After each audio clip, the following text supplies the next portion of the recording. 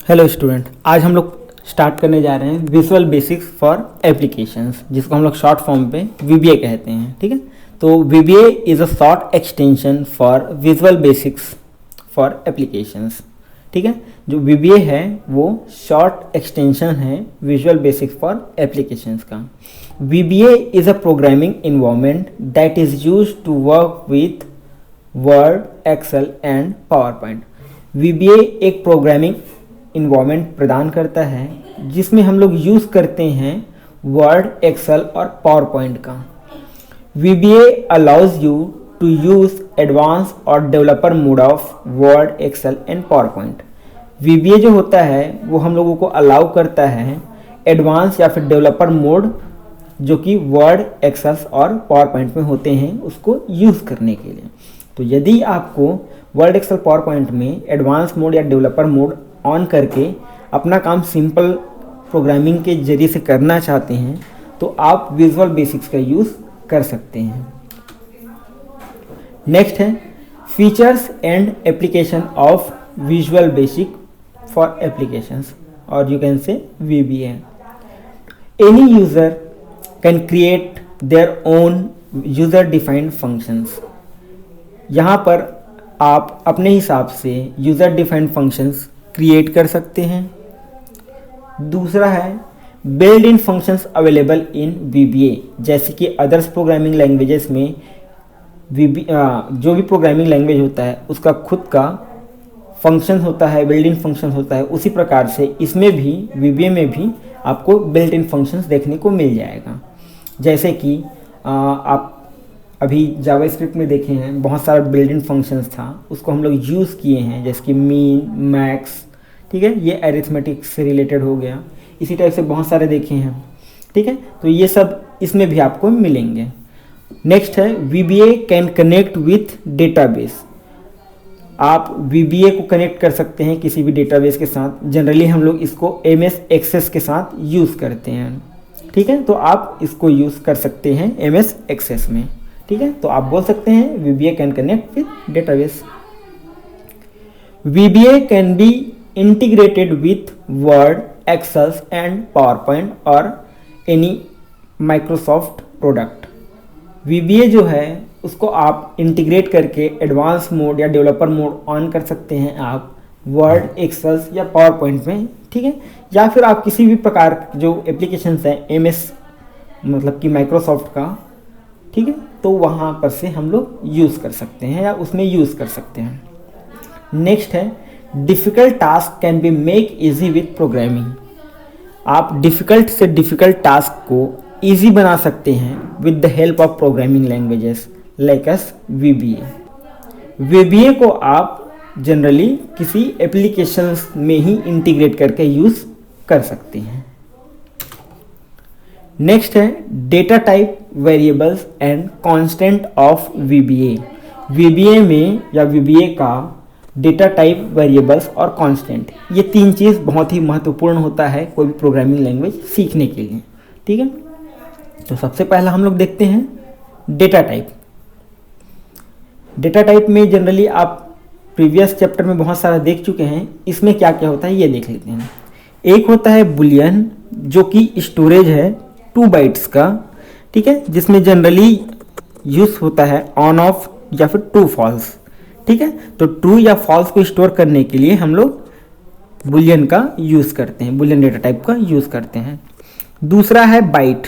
ठीक है, बाइट में हम लोग 0 से 255 बिना साइन के कोई भी जो स्टोर हम लोग करने का काम आता है। बिना साइन मतलब कि जो प्लस होता है और माइनस होता है, इसको हम लोग प्लस साइन और पॉजिटिव साइन या नेगेटिव साइन कहते हैं। ठीक है, तो इसमें बिना मतलब कि बिना साइन वाला, ठीक है, ना सामने में पॉजिटिव रहेगा ना नेगेटिव रहेगा, ऐसे में 0 से 255 तक हम लोग यूज़ कर सकते हैं कोई भी संख्या को। नेक्स्ट है करेंसी। ठीक है, कोई किसी भी कंट्री का करेंसी होता है, उसको स्टोर करने के लिए 8 बाइट, यहाँ पर 8 बाइट आपको मिल जाएगा। ठीक है, ये हो गया 8 बाइट स्टोरेज। एक्चुअली यहाँ पर डेटा नहीं है, एक्चुअली में ये डेट है। ठीक है, तो ये इसको आप लोग करेक्ट कर लेंगे।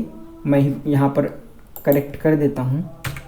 एक्चुअली में ये डेट है, ठीक है। तो डेट को यूज़ करने के लिए आपको कितना मिलता है, 8 बाइट्स मिलता है, ठीक है। तो 8 बाइट्स में आपका जो आपका टाइम रहेगा और डेट रहेगा ये पूरा स्टोर हो जाएगा, ठीक है। नेक्स्ट आपको मिलेगा डबल, ठीक है। डबल 8 बाइट का होता है। इस 8 बाइट में आपको 1.8 और e का पावर 308 का जो पावर रहेगा, ठीक है, यहाँ तक स्टोर करने का काम आता है। मतलब कि डबल में आप बहुत सारा डेटा स्टोर कर सकते हैं। जनरली हम लोग इसको दशमलव वाली संख्याओं को यूज़ करने के लिए यूज़ करते हैं। जैसे कि मैं यहाँ पर लिखता हूँ 3.14159, यदि पाई का स्टोरेज यदि करूँ तो, ठीक है। तो दशमलव संख्याओं को यूज़ करने के लिए मैं यहाँ पर डबल का यूज़ करता हूँ।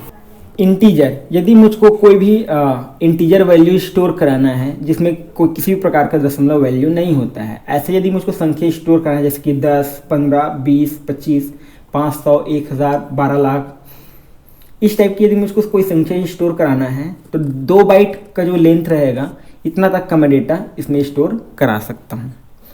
नेक्स्ट है मेरा लॉन्ग। लॉन्ग में मैं 4 बाइट्स तक का डेटा स्टोर करा सकता हूँ। इसी प्रकार है मेरा ऑब्जेक्ट, जिसमें मैं 4 बाइट्स तक का डेटा स्टोर करा सकता हूँ। इसमें किसी प्रकार के ऑब्जेक्ट का रेफरेंस को स्टोर किया जा सकता है। सिंगल, सिंगल में 4 बाइट्स होता है स्टोरेज, ठीक है। नेक्स्ट है स्ट्रिंग। स्ट्रिंग को आप यहाँ पर फिक्स्ड रहता है इसका, ठीक है, प्रयोग पर निर्भर करता है, ठीक है, फिक्स्ड रहता है 65,500 अक्षरों तक, ठीक है। और यदि आप यूज़ करें तो इसको बिलियन अक्षरों तक स्टोर करने के लिए काम आता है, ठीक है। नेक्स्ट है वेरिएंट। वेरिएंट भी प्रयोग पर निर्भर होता है एज पर यूजेज। जब आपको डेटा के टाइप के बारे में पता ना हो तो इससे प्रयोग कर लेते हैं। इसमें डेट, फ्लोटिंग पॉइंट नंबर्स और स्ट्रिंग को स्टोर किया जा सकता है, ठीक है। नंबर डबल टाइप के समान स्ट्रिंग वाले स्ट्रिंग टाइप के समान प्रयुक्त होते हैं, ठीक है। नेक्स्ट है हमारा variable. Variable is a named storage location that can contain data that can be modified during program execution. चर वे नाम होते हैं जो किसी मान को प्रदर्शित करते हैं तथा प्रोग्राम निष्पादित या निष्पादन के दौरान इनके मान को बदला भी जा सकता है, ठीक है। तो वेरिएबल्स हम लोग जनरली किसी डेटा को स्टोर कराने के लिए यूज़ करते हैं। इसका जो वैल्यू रहता है वो एग्जीक्यूशन के टाइम पे चेंज होते रहता है या चेंज कर सकते हैं, ठीक है। तो वेरिएबल्स बनाने के लिए कुछ रिस्ट्रिक्शंस होते हैं, कुछ रूल्स होते हैं, वो इस प्रकार से हैं। Variable should start with alphabets. Variable कभी भी स्टार्ट करोगे तो आपका अल्फ़ाबेट से स्टार्ट होना चाहिए, चाहे वो कैपिटल हो या स्मॉल हो। कोई भी आप स्पेशल कैरेक्टर यूज़ नहीं करेंगे या कोई भी नंबर से स्टार्ट नहीं कर सकते। दूसरा है variable should not be exceeded 255 alphabets. आपका जो वेरिएबल का लेंथ होता है वो 255 अल्फ़ाबेट्स से ज़्यादा नहीं होने चाहिए। नेक्स्ट है variable should not be keyword and function name. आपका जो वेरिएबल्स का नेम होता है वो किसी भी कीवर्ड पे या फिर फंक्शंस के नेम पे बेस्ड नहीं होने चाहिए। Variable should not be same name in same scope. Variables का नेम जो होता है, ठीक है, वो सेम स्कोप के अंतर्गत डबल नहीं होने चाहिए, मतलब कि डुप्लीकेट नहीं होना चाहिए। Variable should not contain space, ठीक है। वेरिएबल्स यदि आप लिख रहे हैं, जैसे कि मैं लिख रहा हूँ, एक वेरिएबल दे रहा हूँ स्टूडेंट नेम, तो स्टूडेंट और नेम के बीच में किसी भी प्रकार का स्पेस नहीं होना चाहिए। या तो आप अंडरस्कोर यूज़ कर सकते हैं या हाइफन यूज़ कर सकते हैं या फिर आप लगातार यूज़ कर सकते हैं, लेकिन आपको बीच में स्पेस नहीं देना है, ठीक है। Variable name is case sensitive, ठीक है। वेरिएबल्स का जो नेम होता है वो केस सेंसिटिव होता है, जैसे कि आप जानते हैं। इसका मतलब ये होता है कि आपका यदि कैपिटल में लिखें तो कैपिटल ही उसको फिर से लिखोगे या यूज़ करोगे तभी आप यूज़ कर पाएंगे, अदरवाइज नहीं कर पाएंगे। जैसे कि यहाँ पर एक एग्जांपल्स के लिए मैं यहाँ पर अमाउंट लिया हूँ, ठीक है। तो अमाउंट फर्स्ट वाला कैपिटल लेटर में है, सेकेंड वाला एक कैपिटल है बाकी स्मॉल में है, फिर थर्ड वाला जो है वो मेरा सभी स्मॉल में है। तो तीनों का अलग ही मतलब बनता है, ठीक है। 3 अलग अलग डिफरेंट वेरिएबल्स बनेंगे। इस टाइप से आप यूज कर सकते हैं।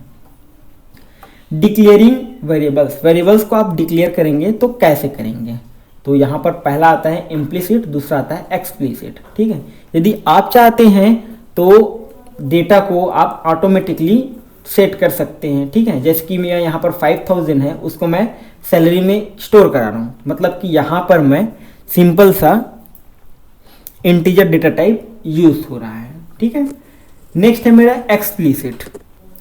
एक्सप्लिसिट किसी भी चर के प्रयोग करने से पहले घोषित करना एक्सप्लिसिट डिक्लेरेशंस कहलाता है।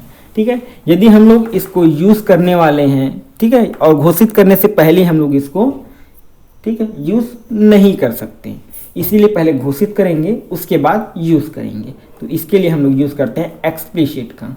ठीक है, तो इसमें हम अपने हिसाब से अपना वेरिएबल्स जो होता है उसकी डेटा टाइप चूज करते हैं। जैसे कि यहाँ पर मैं सिंटेक्स देख लो, सिंटेक्स मेरा है dim var underscore name variables name as data type. यहाँ ये मेरा क्या है, सिंटेक्स है।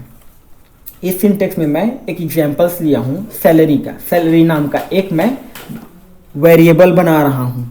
ठीक है, तो यहाँ पर dim नाम का जो मेरा, जिसकी मैं जावास्क्रिप्ट में वेरिएबल्स के लिए var लिखता था, उसी टाइप से यहाँ पर मैं dim लिखता हूँ। ठीक है, तो यहाँ पर हो गया dim सैलरी मेरा वेरिएबल्स का नेम है और इंटीजर क्या है, मेरा डेटा टाइप है। इस टाइप से मैं क्या कर सकता हूँ, एक्सप्लिसिट वेरिएबल्स डिक्लेयर कर सकता हूँ। ठीक, नेक्स्ट है मेरा कांस्टेंट। ठीक है, तो कांस्टेंट में क्या होता है, यदि कोई भी हम लोग वेरिएबल्स देते हैं, जैसे कि पाई जानते हैं, ये एक कांस्टेंट है, इसका फिक्स्ड वैल्यू होता है। तो किसी भी चीज का जिसका फिक्स्ड वैल्यू होता है, ठीक है, उसको हम लोग कांस्टेंट कहते हैं। ठीक है, तो इसको हम लोग यूज कर सकते हैं। ठीक है, तो यहाँ पर आता है पब्लिक और प्राइवेट। ठीक है, तो किसी भी वेरिएबल्स को आप पब्लिक प्राइवेट दे सकते हैं, ग्लोबल वेरिएबल्स दे सकते हैं, मॉड्यूल्स लेवल पे दे सकते हैं। ठीक है, तो ये होता है, इसका यूज आगे मैं आप लोगों को बताऊंगा। ठीक है, अभी के लिए फिर इतना ही समझ लीजिए। ठीक है, कि पब्लिक और प्राइवेट होता है। प्राइवेट किसी एक फंक्शंस के अंतर्गत यूज करने के लिए यूज करते हैं हम लोग, और पब्लिक है तो उसको किसी भी फंक्शंस के अंदर से हम लोग कॉल करेंगे तो उसको यूज कर सकते हैं उस वेरिएबल्स को। ठीक है, अभी के लिए इतना ही। तो यहाँ पर कांस्ट नाम का मेरा क्या रहेगा, कांस्टेंट, जिसकी वेरिएबल्स लिखता था उसकी जगह कांस्टेंट हो गया। पी मेरा क्या है, वेरिएबल्स का नेम हो गया। यहाँ पर मैं क्या यूज कर रहा हूँ, कांस्टेंट, इस कारण से यहाँ पर मेरा क्या हो जाएगा, कांस्टेंट का नेम। एस टाइप क्या है मेरा, डबल टाइप रहेगा, क्योंकि मैं यहाँ पर फ्लोटिंग पॉइंट नंबर्स यूज कर रहा हूँ, दशमलव के बाद की संख्या यूज कर रहा हूँ, इसलिए 3.1415 ये है। यदि यहाँ पर इंटीजर लिखता, ठीक है, तो यहाँ पर मैं नॉर्मल नंबर देता 10, 12, 15 इस टाइप। अगले क्लास में हम लोग ऑपरेटर्स के बारे में बात करेंगे। आज के लिए बस इतना ही। तो वीडियोस को देखने के लिए थैंक यू। चैनल को सब्सक्राइब करना ना भूलें और इस वीडियो को शेयर करें अपने फ्रेंड्स के साथ। Thank you.